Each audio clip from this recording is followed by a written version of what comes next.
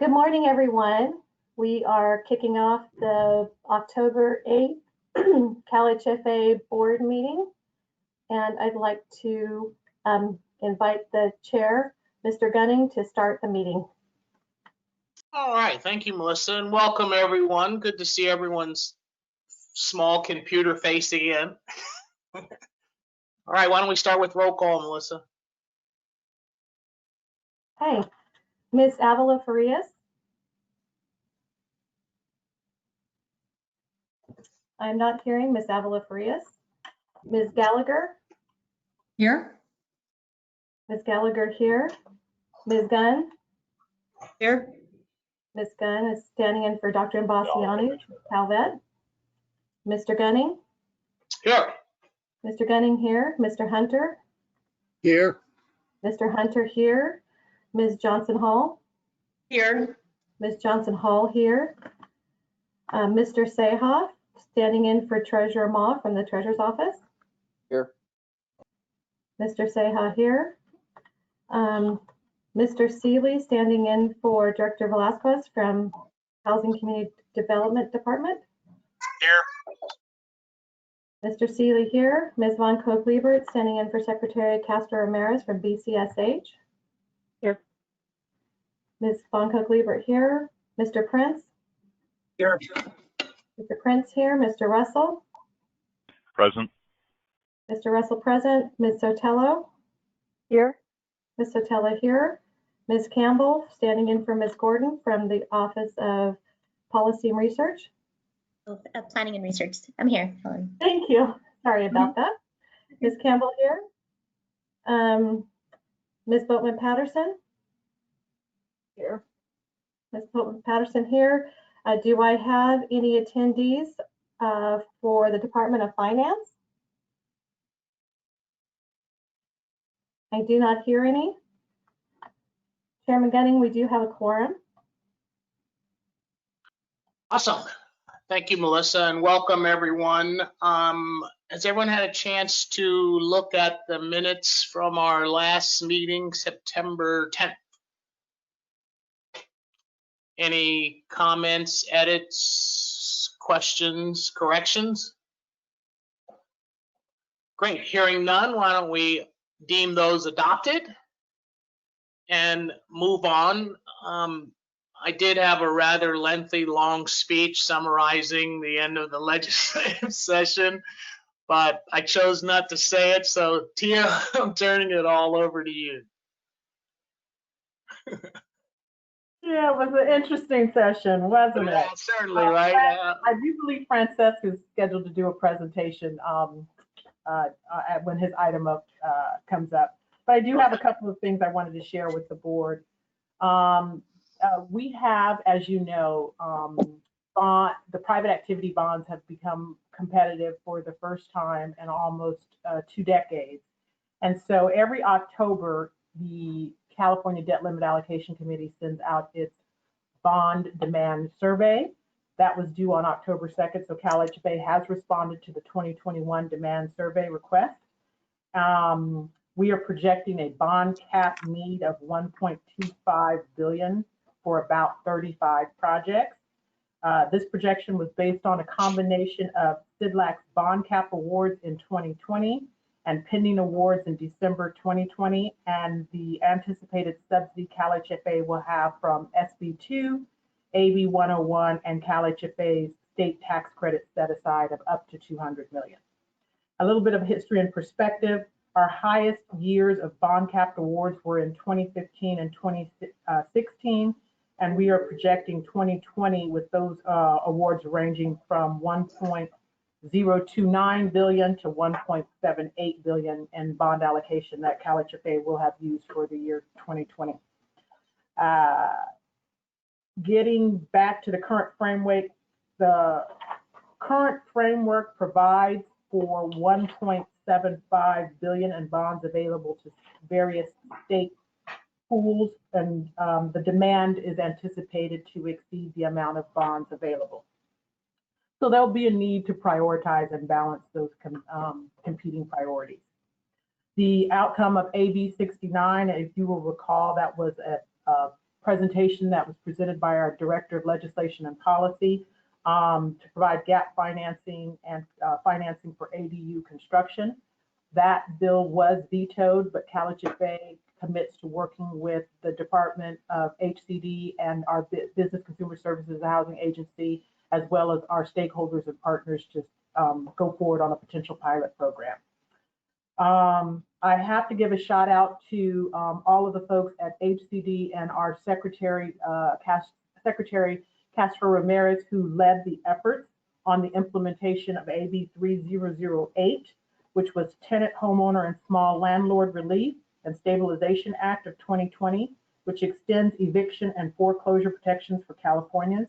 This legislation will be related to our ongoing efforts to work with implementing housing counseling and mortgage assistance with the NMS funds. Under the leadership of Secretary Castro Ramirez and the staff of Business Consumer Services and Housing, they have successfully developed and implemented HousingIsKey.com, a comprehensive set of resources and tools enabling thousands of Californians to stay home. Since its September 4th rollout, this website has had over 111,000 visits, and the mobile app has logged nearly 5,000 visitors. This work continues as the team now focuses on stakeholder engagement, and this is just an excellent product. I had a preview of it, so a shout out to Lynn Cook-Liebert that led most of those efforts, because she's done a phenomenal job. Some time ago, I believe it started in June of 2015, we were looking at a conduit partnership with the City of Los Angeles.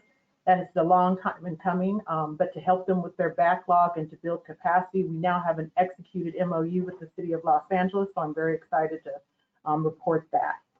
Some upcoming events: the San Diego Housing Federation, under the direction of our very own Stephen Russell, is holding their annual conference this week. The event is always a really great forum for exchanging ideas.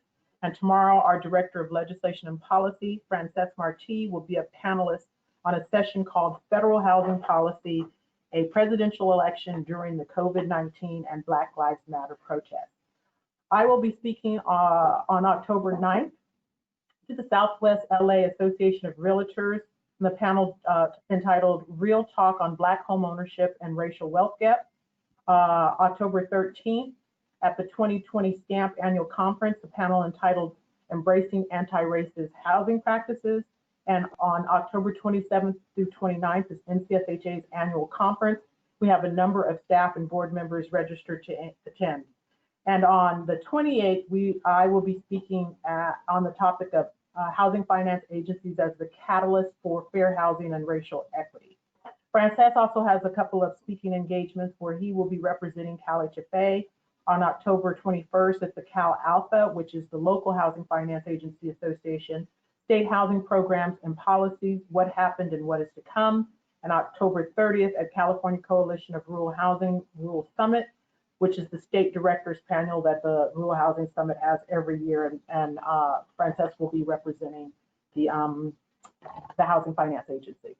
I just wanted to tell the board that we internally are taking on a lot of work dealing with racial inclusion and inclusive communities, and we're going through the core program. This is work that is essential to the governor as well as the agency, and CalHFA is leaning in on those racial equity and inclusion policies to make sure that they're incorporated in everything that we do, recruitment, retention, as well as our policies and programs.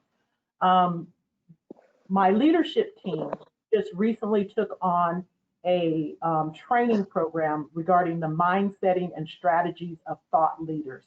And I thought it was a good time, and I went through the program as well, as we're dealing with the things that we have never dealt with before. What is our purpose? And this was helping us to refocus and re-engage. We are all going through things that we have never ever seen in our lifetimes. So how do we ensure that we're resting, renewing, re-engaging, and understanding what our purpose is so that we can lean in and meet that purpose? And so with that, Mr. Chair, I'll turn it over to you. I think we all need some of that, Tia. I mean, not sure. I need to figure out where I'm going. Maybe we can do a little webinar on wellness or something like that. No, you have to take care of your physical, mental, spiritual health, because this is just, I was not okay. And if I wasn't okay, my family's not okay, staff, no one is okay. And so how do we come together and make sure that we're doing the things to ensure that we're all okay? Yeah, and the temptation is to power through and not take the time, and it's important you all take the time. So thank you for that. Thanks, Tia. Any comments or questions from board members? All right, let's power through and move on to item number 4, which I think, Claire, are you leading this one? I am, Mr. Gunning. Thank you. Okay. So lovely to see all of you virtually today. Thank you for being here. I should forewarn you that I was startled a moment ago because I saw someone climbing around outside of my office window. I was hoping it was finally Spider-Man, but as it turns out, the window cleaners are out there. So if you're hearing peripheral noise and it's interfering with your ability to hear me, please signal and I will shout or pause or repeat. Thank you. Since our last report to you on August 13th, 2020, we've progressed in the development of the National Mortgage Settlement HUD Counseling Program. I'm excited for the opportunity to present to you today because we believe the program will have extensive geographic reach throughout California to assist struggling renters and property owners in communities with the most acute need. After some feedback from intermediaries, CalHFA opted to republish the application, adding more detail to the selection criteria and some additional clarifying language. Specifically, we republished an augmented application requesting that all eligible HUD intermediaries interested in NMS funding apply. Applicants who initially submitted in August were given the option of submitting a new or expanded application or notifying CalHFA in writing that they would like their existing application to be resubmitted for consideration. The updated application spelled out and defined the criteria upon which applications were assessed. Applications from interested intermediaries were received on September 28, 2020. We employed the following 6 criteria, which are objective for selecting intermediaries. First, capacity building. Second, community served. Third, serving low and moderate income Californians. 4, a history of partnering with other housing counseling entities. 5th, outreach. And finally, the efficient use of funds. The definition of these criteria can be found on the sample application, which is attached to this memo in your board packages. As to the review process, CalHFA has and will continue to hold itself to the highest standards of transparency. And the entire NMS counseling program has been created in compliance with our governing statutes. Additionally, we conducted a blind review of the intermediaries' applications. I'd like to recognize all 9 of our applicants and applaud them for the wonderful work they do. Now more than ever, our housing counselors are a vital tool for assisting Californians who are struggling financially during this unprecedented time. At the time of publishing the board package, the blind review and selection had not been completed and therefore could not be included in this staff report. We completed our evaluation yesterday evening. The 4 conditionally selected intermediaries are Balance, Home Free USA, NeighborWorks America, and finally, Unidos. The intermediaries who are not selected for funding may be offered a one-time counseling and/or capacity building grant to support the crucial work conducted by housing counselors in the state of California. Receipt of any NMS funding, either ongoing or one-time grant, is predicated upon the intermediary entering into a negotiated grant agreement with CalHFA. Thank you so much for your time and attention today, and I'm happy to take any questions you may have. Thanks, Claire. Questions from board members?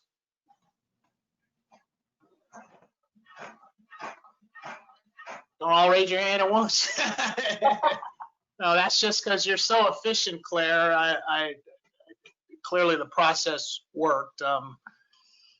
Any other thoughts or about selection from you or anyone else? No, Good. sir, nothing from me. Thank you, Chair Gunning. Do you need a motion? Teresa? I just have a question. What was the thought process behind offering the one-time counseling and/or capacity building grant to firms not selected or intermediaries not selected? Thank you for your question, Ms. Gunn.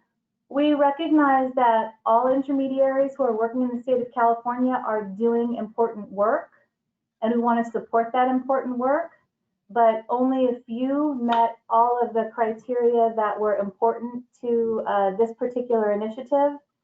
The reason why we may offer the one-time grant is because we still want to support the other intermediaries' ability to build their capacity and develop their operation.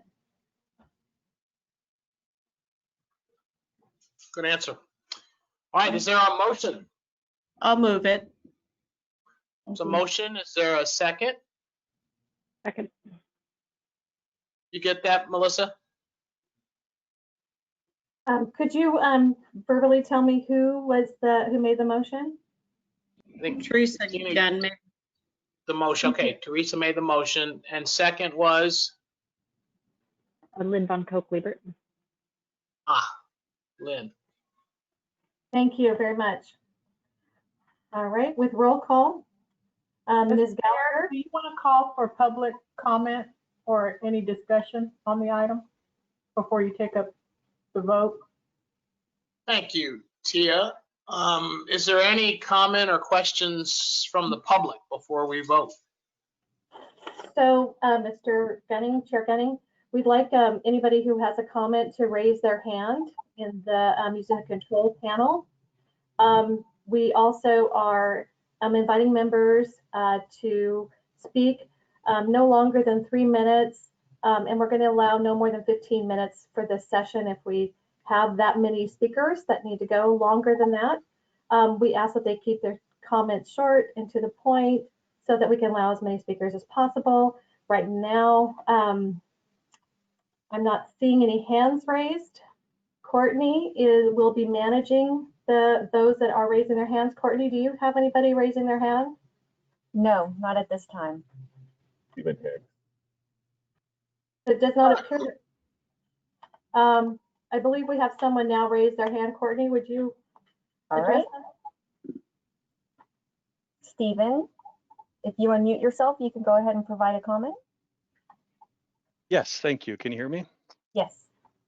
Hi, everyone. My name is Stephen Hicks. I'm the Assistant General Counsel for NID Housing Counseling Agency in Oakland, California.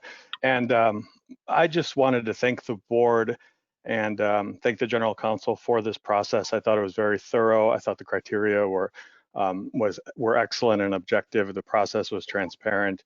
And we look forward to working with the agency on this initiative. And yes, my thanks to everyone who did work on this. Thank you, sir.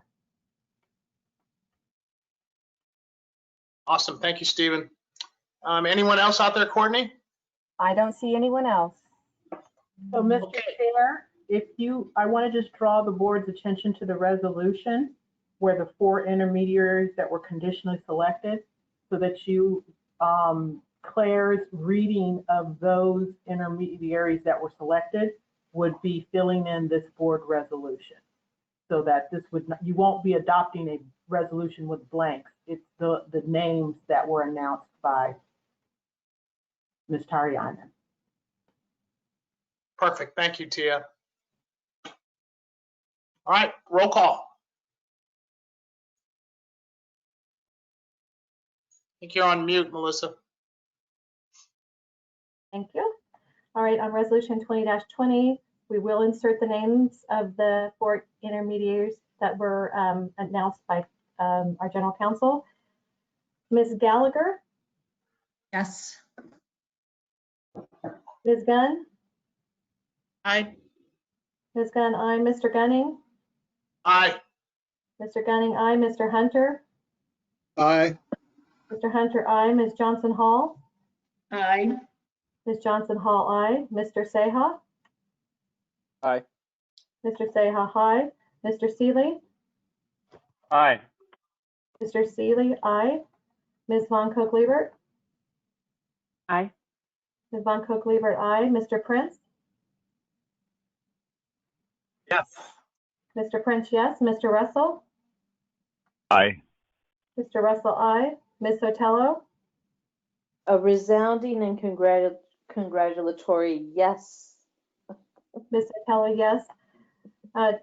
Resolution 20-20 is approved. May I change my vote to be like Sotelo's vote, please? You gotta bring the gusto, Preston. Awesome. Okay, Frances, we see your slide on the screen, although that looks like DC, not the California capital. You're on mute, brother. I wanted to get some nice fall colors and and I am giving a federal update as well. So I thought it was relevant nonetheless. But good morning, board members, colleagues, members of the public. My name is Francesca Marti, and I am the Director of Legislation and Policy at CalHFA. And today I'm going to be providing a legislative update on what's happening at the state and federal level. And I'll start with the state. But before I dive in with the state update, I'd like to thank Courtney Pond for her invaluable assistance in tracking hundreds of bills during this 2-year session, as well as our excellent legal team for their assistance in many legislative matters. So as you're aware, the legislature ended its session on August 31st, and then the governor had up to September 30th to sign or veto the bills that landed on his desk. So we now have a full picture of the outcome of this year's legislative activity. Did I lose my slide? Oh no, it's still, you can, okay. So, and as a reminder, this is the second year in a 2-year legislative cycle. What that means is that next year we get a fresh restart on bills. Bills that didn't make it need to get reintroduced and they get new bill numbers. We've included a report as part of this board package with the 2-year legislative session summary. But in my presentation, I'll just be focusing on this year's legislative activity, since last year's I already presented on. So 2020 has been a very atypical year given the pandemic, which has narrowed the scope of legislative activity and caused a lot of prominent housing bills to not be enacted. However, there are still a number of significant bills that did get enacted, and I'll be covering those today. And as you can see in slide 3, these are the broad categories or buckets that I am using to make sense of the bills that passed this year. And broadly speaking, I see 5 categories: denim protection, accessory dwelling units, which we call ADUs, land use, streamlining, and then the budget bills. So I'll be giving you a brief overview of a few bills in each of these buckets, but please keep in mind that this list is not comprehensive.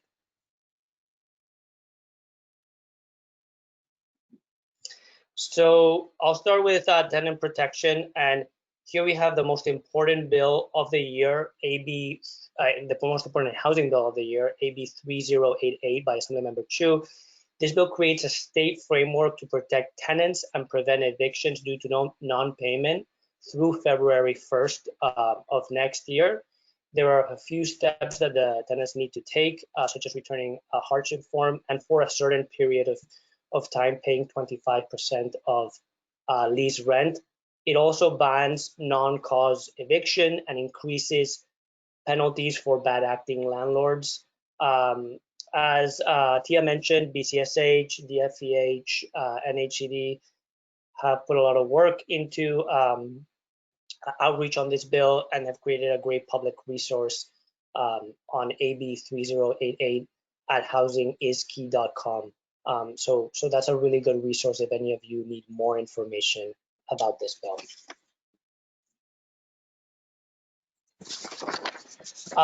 So next, I'll talk about accessory dwelling units on slide 5, and this is the update you're all waiting for. AB 69, which would have mandated CalHFA to issue bonds for a construction loan guarantee program for ADUs, was vetoed by the governor on September 28th. As I transmitted to the board previously, CalHFA has opposed this bill, and we think it is a satisfactory outcome that it was vetoed given the significant problems with this legislation. However, as Tia said before, CalHFA remains committed to assisting in finding solutions to on the ADU front, and to that end, we are working on a financing vehicle that will help facilitate ADU construction. Assemblymember Ting also had a bill that would prohibit rental bans in places like planned communities, and this is often an impediment to ADU development in those places, and that bill was signed. Try to go a little bit faster on the rest of the bills. I'm going to move on to land use. SB 1079 by Skinner is one of the most important bills of the year, and it allows tenants, housing organizations, public entities to bid before investors on single-family homes undergoing foreclosure, and bans bundling of properties in the foreclosure sale. There's been a number of other bills on the land use front signed, enhancing the density bonus, providing an 18-month extension for entitlements, and requiring local governments to evaluate housing costs and impacts on minority communities. And then also on the land use front, the governor signed bills updating RENA requirements and enhancing the SB 35 process for expedited entitlements. So the next bucket is a bit of a catch-all, but you know, I've kind of termed it streamlining data and other. And so within this bucket, the governor did sign a bill that aligns a bunch of programs at HCD, and you know, under the objective of streamlining. The governor also vetoed a bill establishing an office to end homelessness, and also vetoed another bill on homeless data reporting. And lastly, I did include in this presentation you know, a few slides on the budget bills, just as a reference. I've already presented to the bill on the outcome of this year's budget, but the only thing I will say on the budget is that there is a trigger in the budget for if additional federal aid comes, and I'll pass here. In you'll see that in slide 9, AB 89, the budget bill, has a, sorry, just give me a second.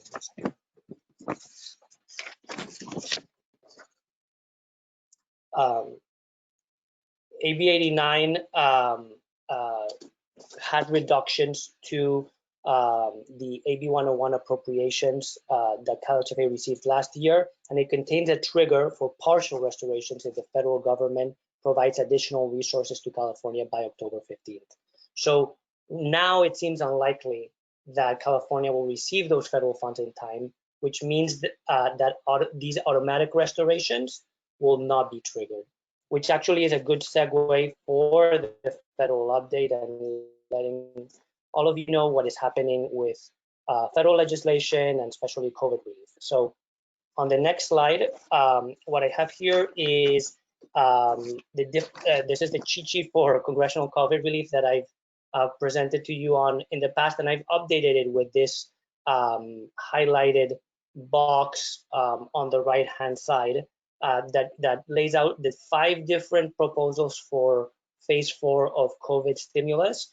And I'm not going to get into every one of these proposals, but there's the HEROES Act by House Democrats, the HEALS Act by Senate Republicans, and there was a skinny package also by Senate Republicans, a bipartisan problem solvers caucus plan in the House, and then the House majority, the House Dems, recently passed a 2.0 version of the HEROES Act.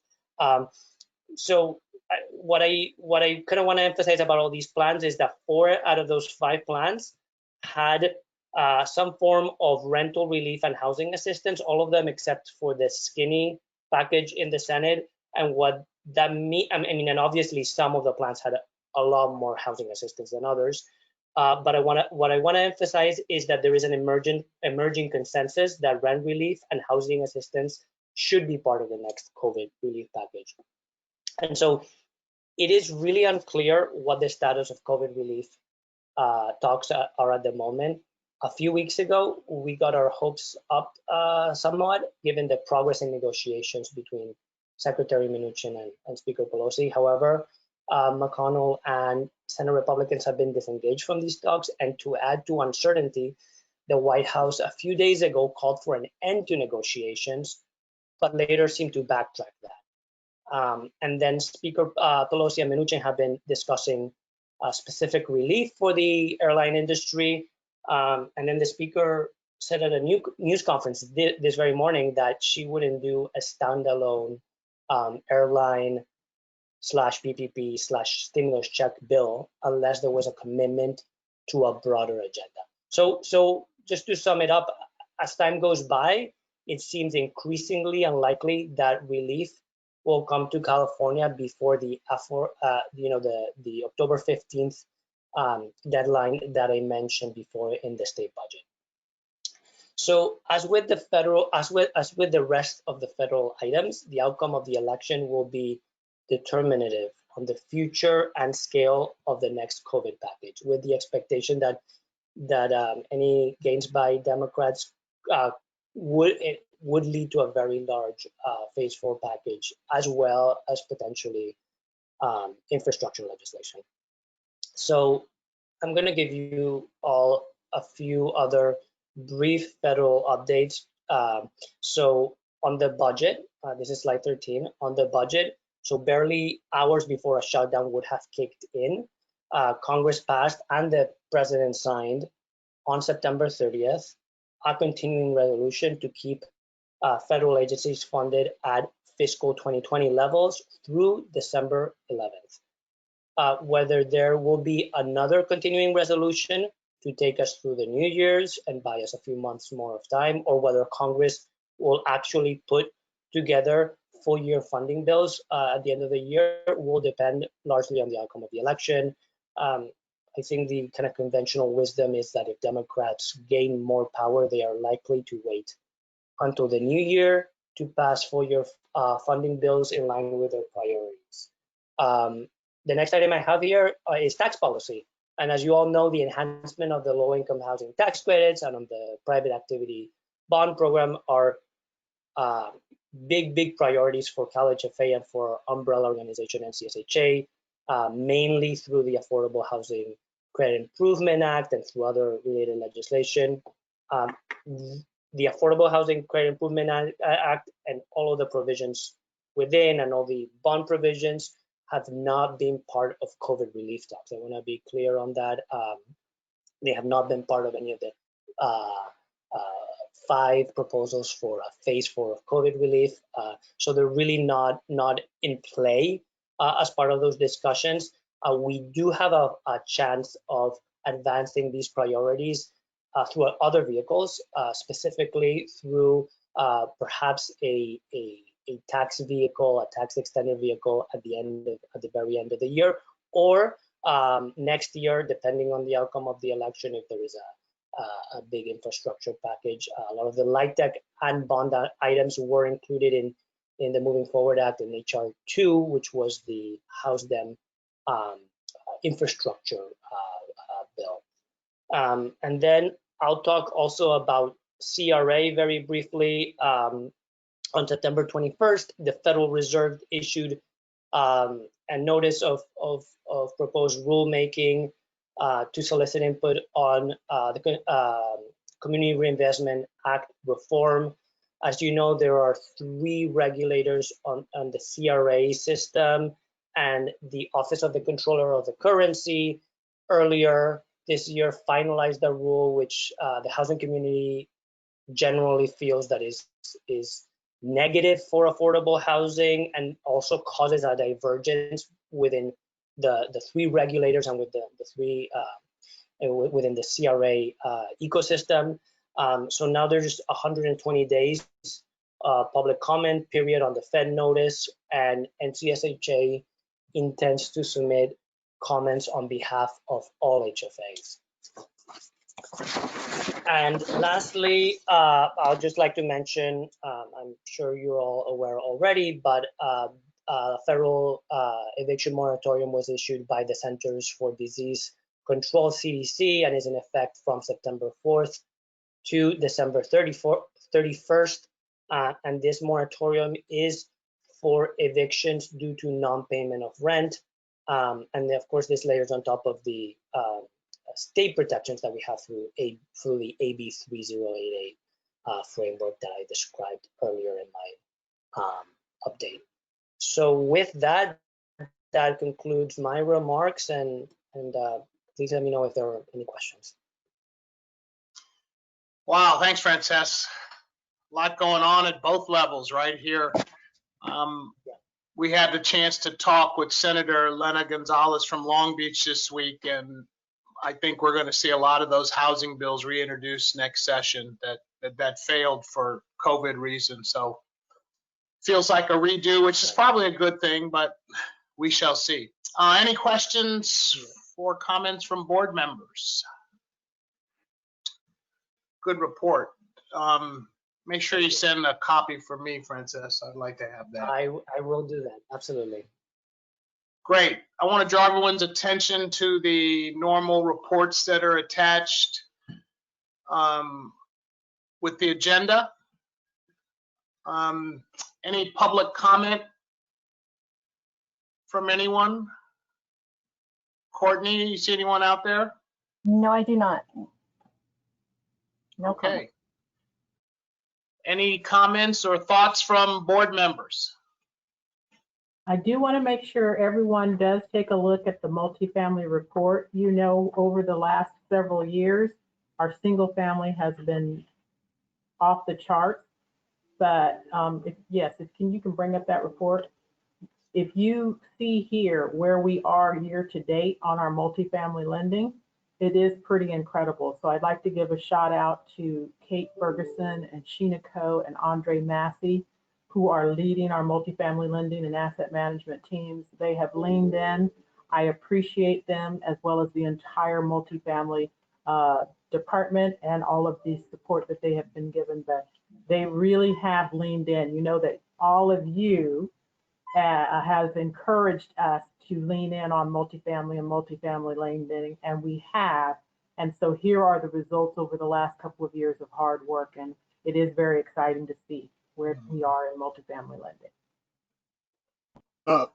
Michael, Jonathan Hunter here. I just wanted to specifically comment that it was also really gratifying to see that CalHFA has continued to effectively use the remaining special needs housing program funds.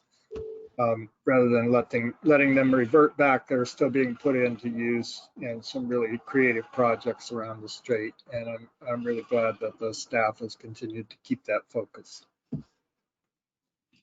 Thanks, Jonathan. I think speaking of that, we probably should bring back a report on status on special needs housing, because you remember we went from winding down the MSA program to a transition program, which was the special needs housing, which was based on voluntary. And then there was some policy discussion about allowing that to be paired with No Place Like Home.